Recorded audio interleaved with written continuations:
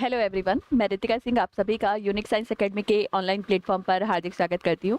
तो जैसा कि थर्ड सेमेस्टर जूलॉजी के अंदर जो हमारा लास्ट टॉपिक चल रहा था वो था आपका हिंदी में कहा जाता है रेशम कीट पालन और इंग्लिश में कहा जाता है सेरीकल्चर।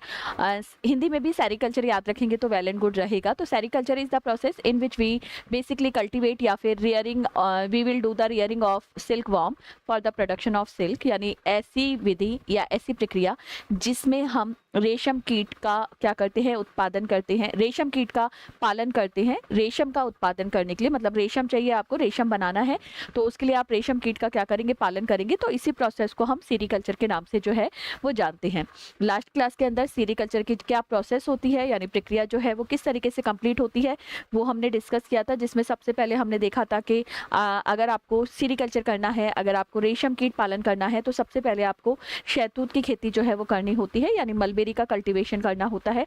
मलबेरी का कल्टीवेशन इसलिए करना होता है क्योंकि जो शहतूत की पत्तियां होती हैं वो हमारे रेशम कीट का मुख्य भोजन होती हैं, यानी the mulberry leaves are the main food of silk worm. तो इसी वजह से सबसे पहले हम मलबेरी का कल्टीवेशन जो है वो करते हैं। उसके बाद में नेक्स्ट में हमने देखा था एग लेइंग प्रोसेस, अंडे देने की प्रक्रिया। एक बार में फीमेल जो हेल्दी फीमेल होती है सिल्क वॉर्म की, या मादा जो मैं बोल सकती हूँ रेशम कीट होती है, वो अगर स्वस्थ है, अगर वो हेल्दी है तो एक बार में वो 300 से 400 अंडे देती है। और अंडे देने के लिए जो जगह देते हैं हम, वो या तो कोई फैब्रिक होगा, या तो कोई कपड़ा होगा, या फिर कोई कागज जो है वो होता है। उसके बाद में प्रॉपरली मैं बोल सकती हूँ कि जो हमारे अंडे दिए हुए होते हैं रेशम कीट के, उनको हम शहतूत की पत्तियों से भरी हुई ट्रे के अंदर ट्रांसफर कर देते हैं। रिपीटेडली जो है वो लीव्स को चेंज करते चले जाते हैं, क्योंकि ताजी पत्तियां अगर मलबेरी की मिलती हैं रेशम कीट को, या फिर रेशम कीट को शहतूत की अगर ताजी पत्तियां मिलती हैं तो उनकी ग्रोथ जो है वो बहुत अच्छे से होती है, उनका विकास जो है वो बहुत अच्छे से होता है। तो रिपीटेडली हम लोग चेंज करते चले जाते हैं मलबेरी लीव्स को, और फ्रेश मलबेरी लीव्स जो होती हैं वो प्रोवाइड करते हैं for the feeding of silk warm.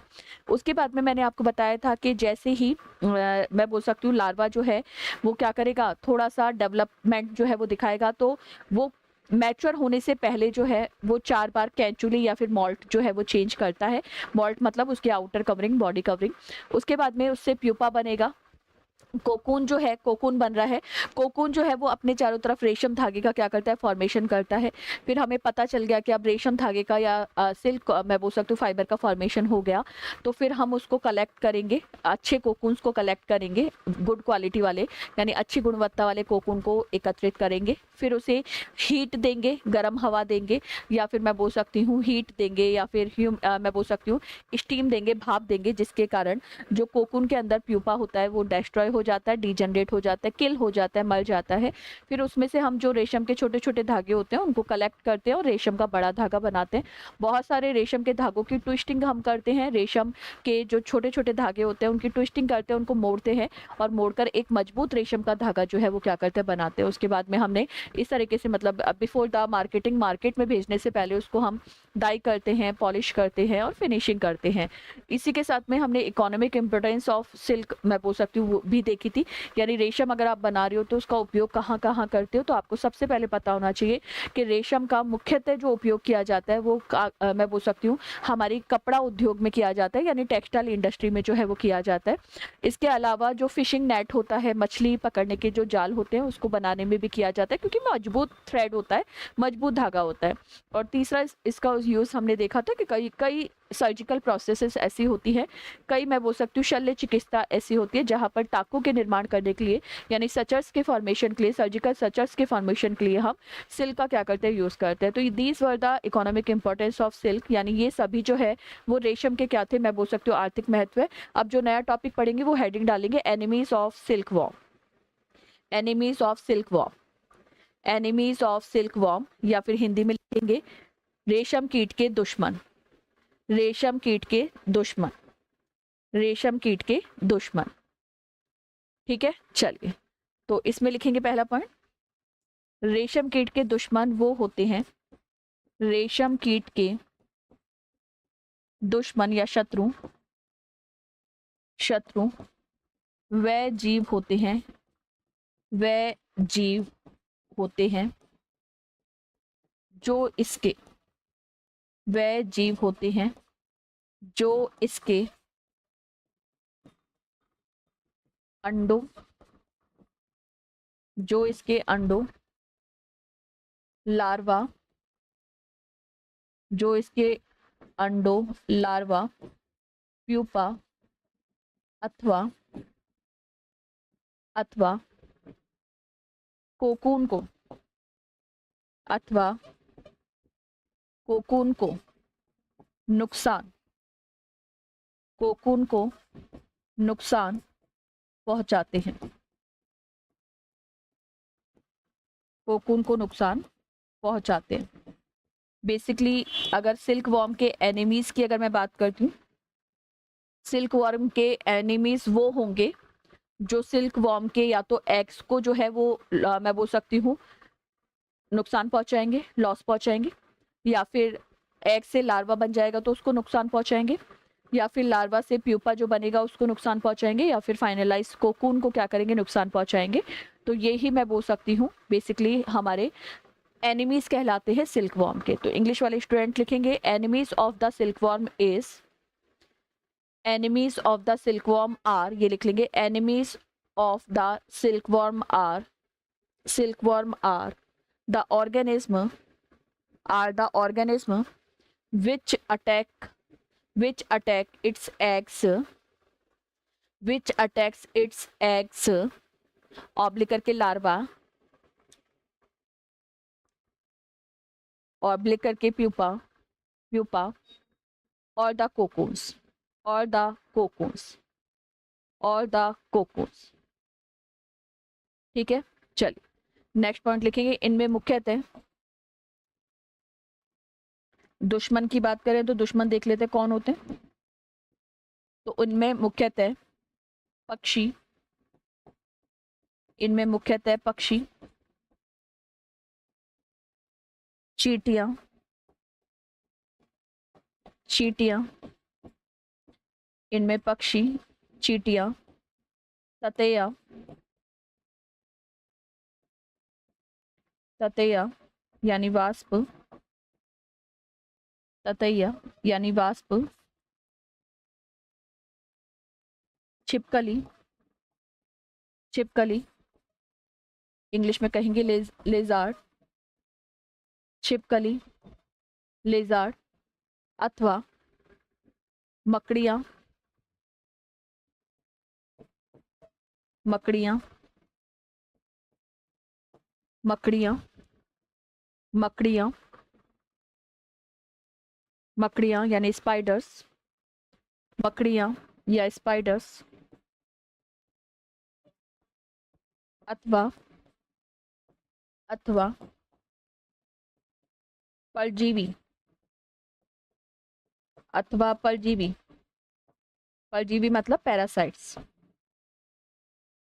परजीवी सम्मिलित होते हैं, परजीवी सम्मिलित होते हैं, परजीवी सम्मिलित होते हैं, परजीवी सम्मिलित होते हैं, सम्मिलित होते हैं, परजीवी सम्मिलित होते हैं। ठीक है, इंग्लिश वाले स्टूडेंट लिखेंगे in the enemies of silk warm, in the enemies of silkworm,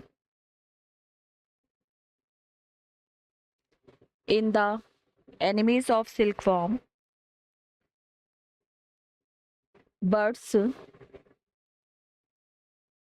ants, birds, ants, wasp, board पे लिखे हुए सब, birds, ants, wasp, lizard, lizard, spiders, spiders, spiders and parasitic, and parasitic, and parasitic, parasitic, parasitic insects are, parasitic insects are included, parasitic insects are included। ठीक है, चल लिखेंगे लिखेंगे रेशम कीट के रेशम कीट के रेशम कीट के कुछ रेशम कीट के कुछ मुख्य शत्रु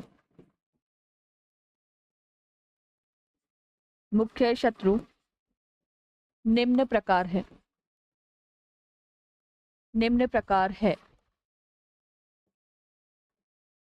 the most common enemies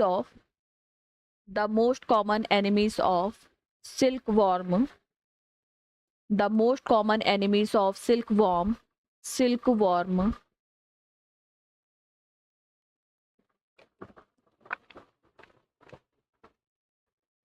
are following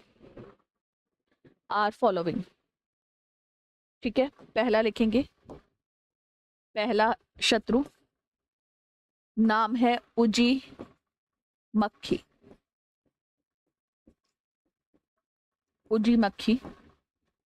English में कहते हैं उजी फ्लाई।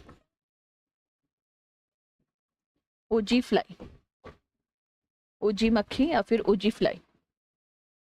ये रेशम कीट का सबसे कॉमन, मैं बोल सकती हूँ सबसे कॉमन और सबसे हानिकारक, मैं बोल सकती हूँ परजीवी होता है, ये याद रखना है ना।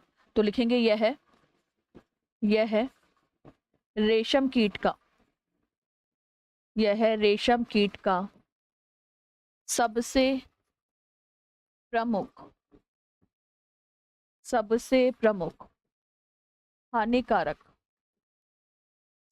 प्रमुख हानिकारक परजीवी यानी पैरासाइट।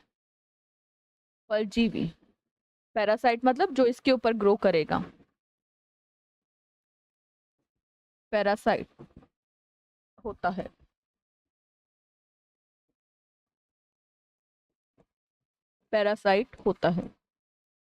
इंग्लिश वाले स्टूडेंट लिखेंगे uzi fly is the most harmful parasite of uzi fly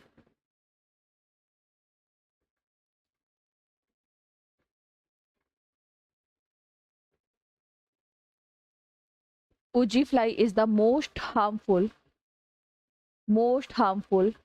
parasite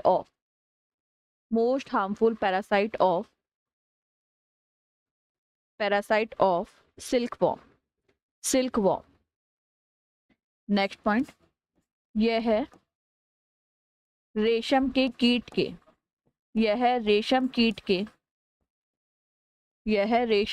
के शरीर पर, पैरासाइट है तो बॉडी पे रहेगा, तो शरीर पर अंडे देता है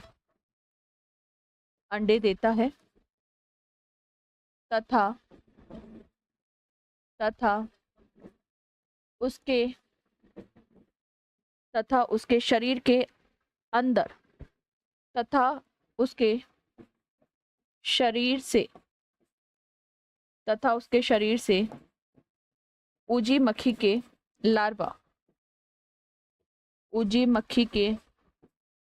लार्वा भोजन प्राप्त करते हैं। मक्खी के जो लार्वा है वो सिल्क वॉर्म्स की बॉडी से भोजन प्राप्त करते हैं।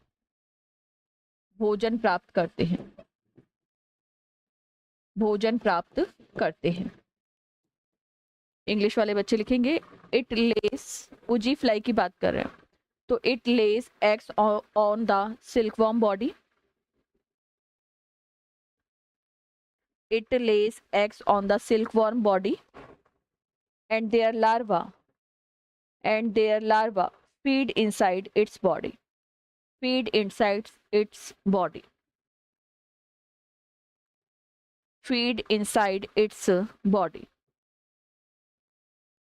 ठीक है, चलो सेकंड लिखेंगे चींटियां।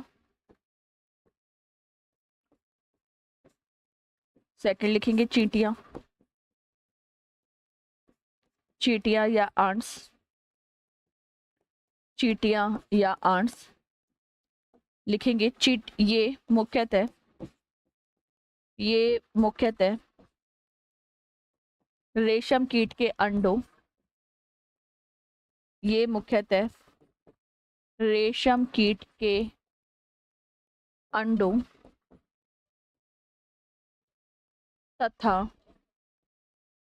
नवनिर्मित लार्वा, न्यूली फॉर्म्ड लार्वा, तो नवनिर्मित लार्वा पर नवनिर्मित लार्वा पर आक्रमण, नवनिर्मित लार्वा पर आक्रमण करती हैं, नवनिर्मित लार्वा पर आक्रमण करती है। मतलब जो आंट्स होती हैं, चींटियां जो होती हैं, वो या तो सिल्क वॉर्म के एग्स के ऊपर अटैक करेगी, या फिर जो न्यूली फॉर्म्ड लार्वा होता है, बिल्कुल नया बना हुआ लार्वा, उसके ऊपर क्या करती है, अटैक करती है। तो इंग्लिश वाले स्टूडेंट लिखेंगे ants attack on, ants attack on, ants attack on silkworm eggs, silkworm eggs, silkworm eggs और यंग लार्वा, और यंग लार्वा। ठीक है, और नेक्स्ट पॉइंट लिखेंगे, यह स्वस्थ, यह स्वस्थ रेशम कीटों की संख्या को, यह स्वस्थ रेशम कीटों की संख्या को कम कर देती है, स्वस्थ रेशम कीटों की संख्या को कम कर देती है।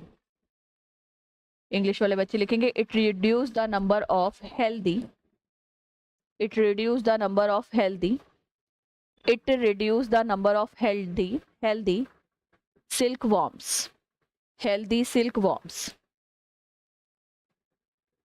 Healthy silkworm. ठीक है, चलो तीसरा लिखेंगे रैट्स, थर्ड इज रैट्स यानी चूहे, चूहे, चूहे या रैट्स। चूहे डायरेक्ट रैट जो होते हैं ये सिल्कवॉर्म को ही खा जाते हैं, रेशम के कीट को ही खा जाते हैं, या फिर कोकून को नुकसान पहुंचा देते हैं। तो ये रेशम कीट को, ये रेशम कीट को खा जाते हैं, ये रेशम कीट को खा जाते हैं। They directly eat the, they directly eat the silkworms, silkworms, फिर हिंदी वाले बच्चे लिखेंगे अथवा रेशम कीटों को, अथवा रेशम कीटों के कोकून को, अथवा रेशम कीट के कोकून को नुकसान पहुंचाते हैं, रेशम कीट के कोकून को नुकसान पहुंचाते हैं। डायरेक्टली या तो सिल्कवॉर्म को ही खा जाएंगे या फिर कोकून को डैमेज कर देते हैं। ठीक है, तो इंग्लिश वाले बच्चे लिखेंगे और डैमेज द, और damage the cocoon of silkworm, damage the cocoon of silkworm. ठीक है, और जहां पर हम सीरीकल्चर कर रहे हैं, जहां पर हम रेशम कीट का पालन कर रहे हैं, वहां पर जो इक्विपमेंट्स होते हैं यानी उपकरण जो होते हैं, उनको भी एक काट पीट देते हैं, खा जाते हैं, है ना। तो लिखेंगे एक पॉइंट और, ये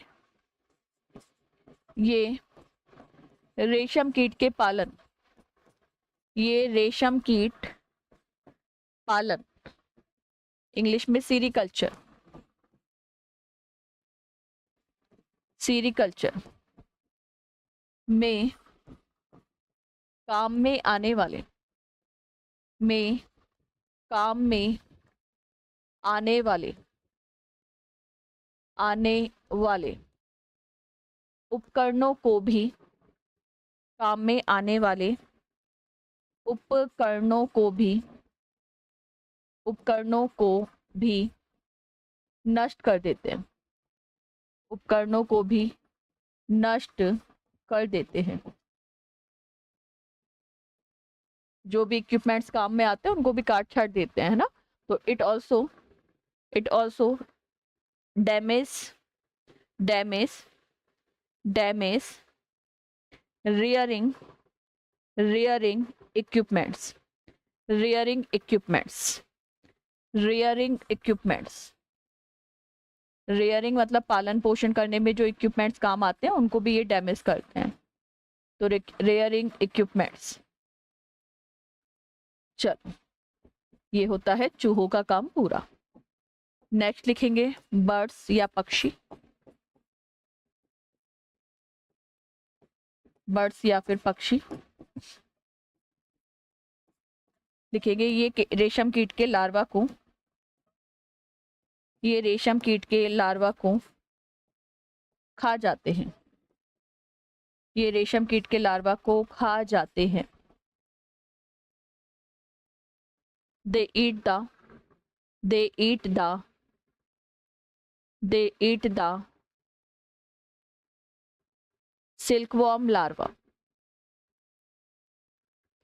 silkworm larva, जिससे जिससे सेरिकल्चर में, जिससे सेरिकल्चर में बहुत अधिक नुकसान होता है, जिससे सेरिकल्चर में बहुत अधिक नुकसान होता है, बहुत अधिक नुकसान होता है, नुकसान होता है,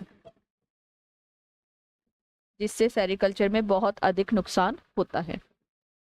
this cause heavy loss in, this cause heavy loss in, heavy loss in sericulture, sericulture.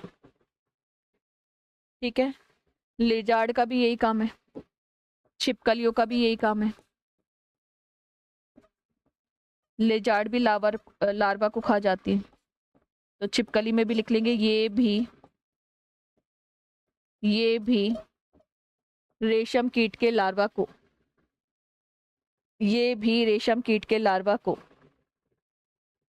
खा जाते हैं, खा जाते हैं, ये भी रेशम कीट के लार्वा को खा जाते हैं। It also eat the, it also eat the, it also eat the larva of, it also eat the larva of silkworm, silkworm. और बाकी के भी, जैसे वास्प बच गया, बाकी के स्पाइडर बच गया, यानी मक्खी जो हमारी मकड़ी थी वो बच गई, या ततैया जो है वो बच गया, ये भी जो सिल्कवॉर्म के लार्वा होते हैं उनको खा जाते हैं। मतलब मैच्योर होने देते ही नहीं है, परिपक्व होने देते ही नहीं है। अंडे फटे, अंडे फटने के बाद में लार्वा बना, और उस लार्वा को ये सारे ऑर्गेनिज्म जो इसके दुश्मन होते हैं, जो एनिमीज होते हैं, वो क्या कर देते हैं, खत्म कर देते हैं।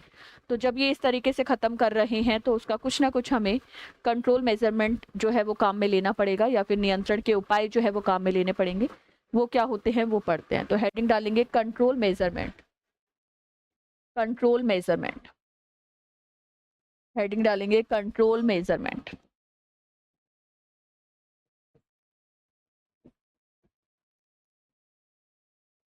कंट्रोल मेजरमेंट हिंदी में लिखेंगे नियंत्रण के उपाय, नियंत्रण के उपाय, कंट्रोल मेजरमेंट। भाई कैसे बचा सकते हैं हम ये जो दुश्मन हैं, जो सिल्क वॉर्म के इतने एनिमीज हैं, उनसे हम कैसे बचा सकते हैं, वो पॉइंट हम यहाँ पर मेंशन करेंगे, है ना। तो पहला लिखेंगे स्वस्थ व, स्वस्थ व, स्वस्थ व रोग मुक्त, रोग मुक्त रेशम कीट के, रेशम कीट के अंडों का, अंडों का उपयोग करना, मतलब हेल्दी एग्स का यूज करना, हेल्दी एग्स का यूज करना। इंग्लिश वाले स्टूडेंट लिखेंगे by using healthy and disease free, by using healthy and disease free, disease free, disease free silkworm eggs, disease free silkworm eggs, silkworm eggs. चल, second लिखेंगे पालन कक्ष में, पालन कक्ष में, पालन कक्ष मतलब रियरिंग रूम, रियरिंग चैम्बर भी बोल सकते हैं, रियरिंग रूम या रियरिंग चैम्बर में उचित उचित उचित शुद्धता या सफाई, उचित शुद्धता या सफाई रखकर, सफाई बनाए रखकर, बनाए रखकर। इंग्लिश वाले स्टूडेंट लिखेंगे bye maintaining proper hygiene, bye maintaining proper hygiene, proper hygiene, proper hygiene in proper hygiene in rearing chamber, rearing chamber, proper hygiene in rearing chamber।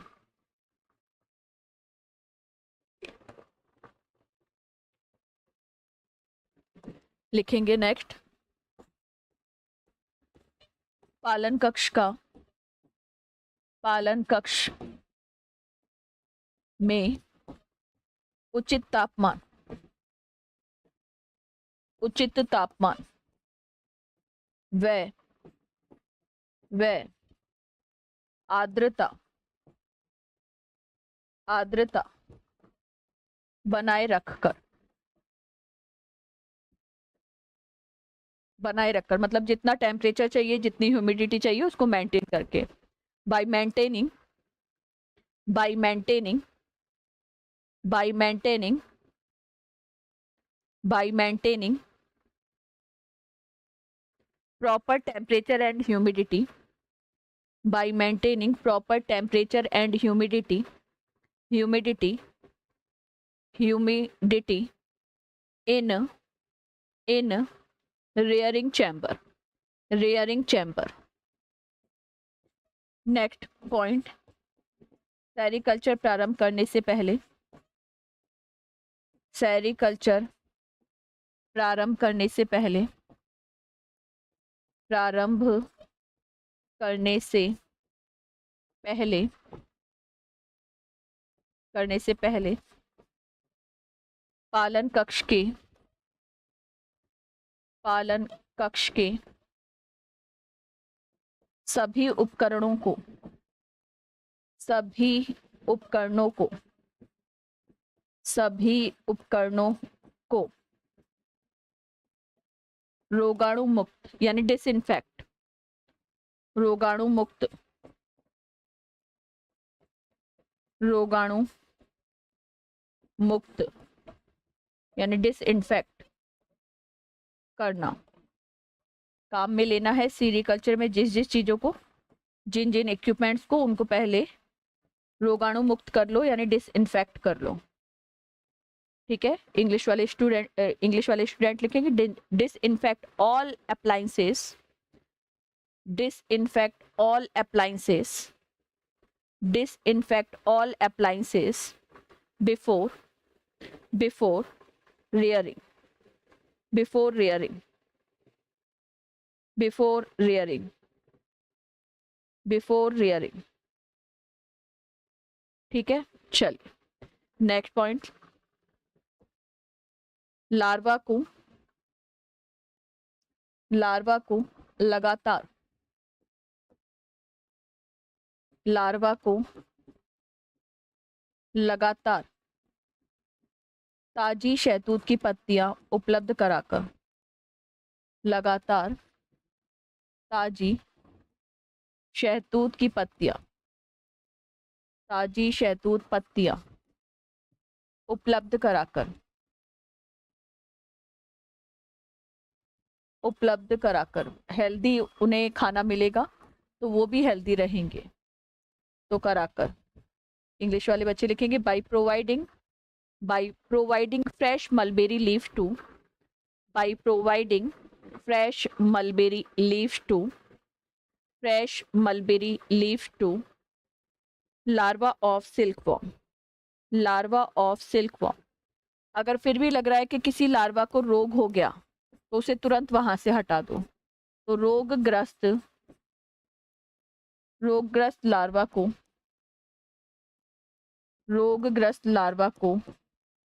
तुरंत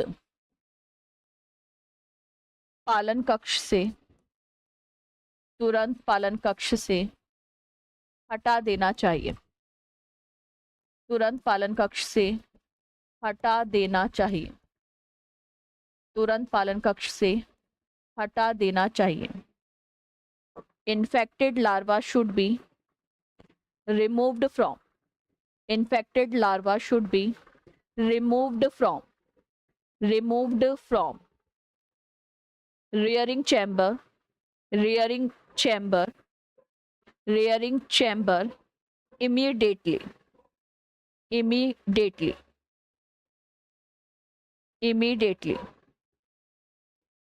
immediately, ठीक है। और लास्ट लिखेंगे रेशम कीटों को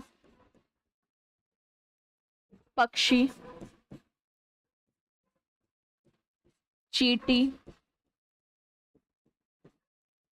बर, मकड़ी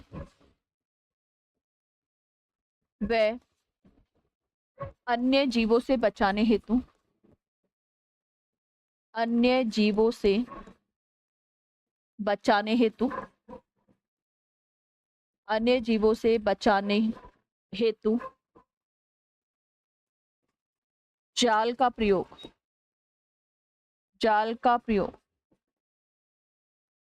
जाल का प्रयोग यानी नेट का प्रयोग किया जाना चाहिए।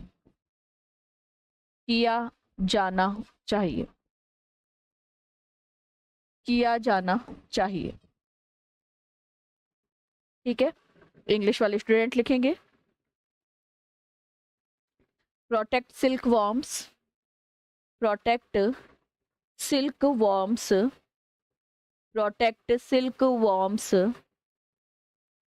from insect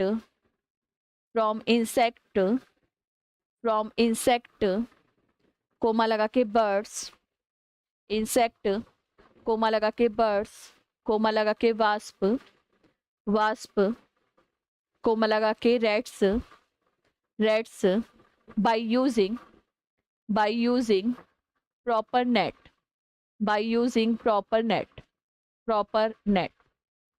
और यहीं पर हमारा टॉपिक सीरीकल्चर के जो सीरीकल्चर में जो एनिमीज थे, दुश्मन थे, वो पूरा होता है। और दुश्मनों से कैसे बचाया जा सकता है सीरीकल्चर की प्रोसेस को, यानी रेशम कीट का जो पालन कर रहे हैं हम, उसको कैसे, उसके शत्रुओं से, प्रोसेस को किस तरीके से एनिमीज से या शत्रुओं से बचाया जा सकता है, वो सारे टॉपिक हमने यहाँ पर डिस्कस करे। और यहीं पर हमारा टॉपिक जो है, मैं बोल सकती हूँ कौन सा टॉपिक, सीरीकल्चर जो है वो क्या होता है, पूरा होता है। तो यहीं पर हमारा रेशम कीट का पालन वाला जो टॉपिक है वो होता है कंप्लीट। नेक्स्ट टॉपिक पढ़ेंगे हम संवर्धन विधि, पिसीकल्चर, मछली उत्पादन, लाख कल्चर, बहुत सारे कल्चर अभी हमें पढ़ने हैं। तो अभी फिलहाल के लिए इतना ही। Thank you so much. आगे नेक्स्ट टॉपिक जो है वो नेक्स्ट क्लास में डिस्कस करेंगे। अभी के लिए इतना ही। Thank you.